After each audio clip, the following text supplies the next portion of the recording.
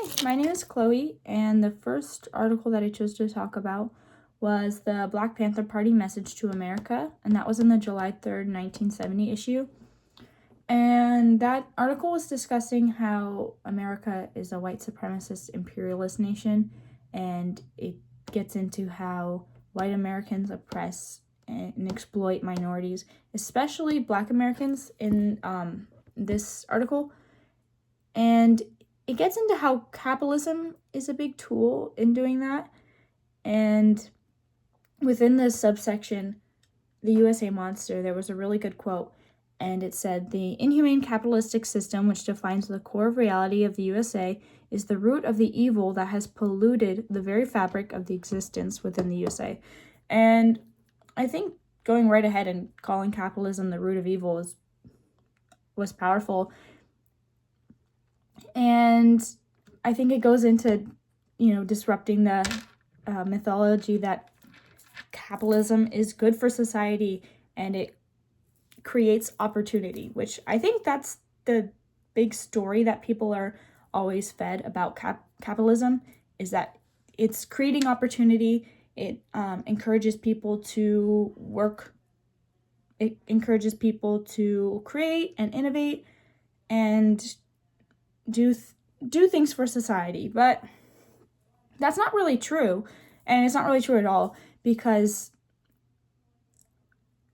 obviously the idea that if people were taken care of by the government, or in a socialist world where people were taking care of their basic necessities, they weren't having to struggle to find housing, food, and healthcare, that they would just do nothing all day.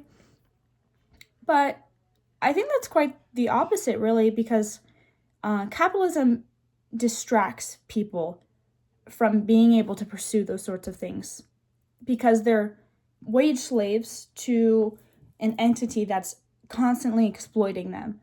There's very few people in this world, in a capitalist world, who are not being exploited in some sort of way. And to see people who are recognizing the issues that capitalism causes and telling them, well, if you didn't have a capitalist world, no one would work, no one would do anything. There'd be no reason for anyone to become a doctor. No one would become a scientist or anything like that, because no one would be motivated to doing that.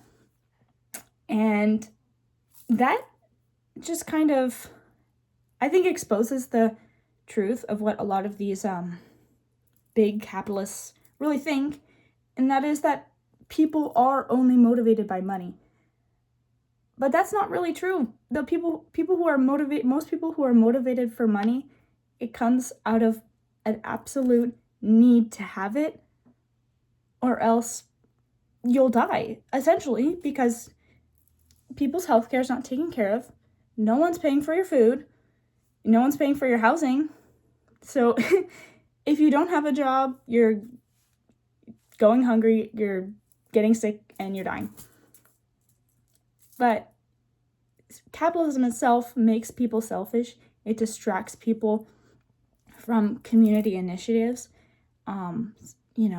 enriching things that enrich your community. Because if you're not working all the time, then if you're working all the time, then you don't have time to do anything like that. And then, then the second article that I did was the South Bronx time bomb. That was in the July 17th, 1970 issue. And that was discussing the cultural genocide of Puerto Ricans in the South Bronx. And that particularly got into housing, education, and healthcare as big ways of exploiting and trying to eliminate the Puerto Ricans in the Bronx. And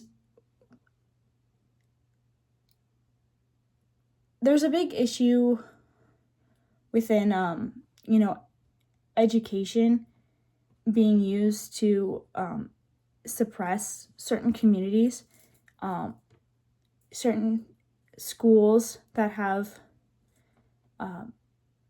certain cultural makeups receive more or less funding based on the neighborhoods and such that they live in, which are direct forms of restricting growth within those communities. And, many Puerto Ricans in those schools, they're not able to have access to quality education, and which keeps them within the unskilled labor force it describes in here. So one of the quotes was, to seize the schools, they're yours. It describes how, as the people, you're paying for taxes. You're paying your taxes, they fund the schools. So if you're not, if your taxes aren't paying for educators who are teaching your students, teaching your children, it says, no more schools that don't educate, no more hospitals that don't cure. And it puts the liberty back into the hands of the people, saying you don't have to just accept this as what it is, because you do have a say. You're paying for this, and you don't have to accept poor care. And a big thing that this whole article addresses is the mythology that kind of genocide is this one big outright action. But that's not true, because I think a lot of people think of, you think of genocide, you think of a big ethnic cleansing, you think of something like, I don't know, World War II. But America is notorious for its genocides, which were outright, first of all, they were outright genocides, but certain techniques were used to kind of disguise them and pretend that they were not what they were, despite being quite obvious. But people just accepted that at the time. But I think we think of a genocide and we don't think of something modern, and we sort of think of that as something international. We don't think of that as a domestic affair, but that's happening all the time. We don't consider cultural genocides and how our government treats certain communities in the United States. And that's what I have. Thanks.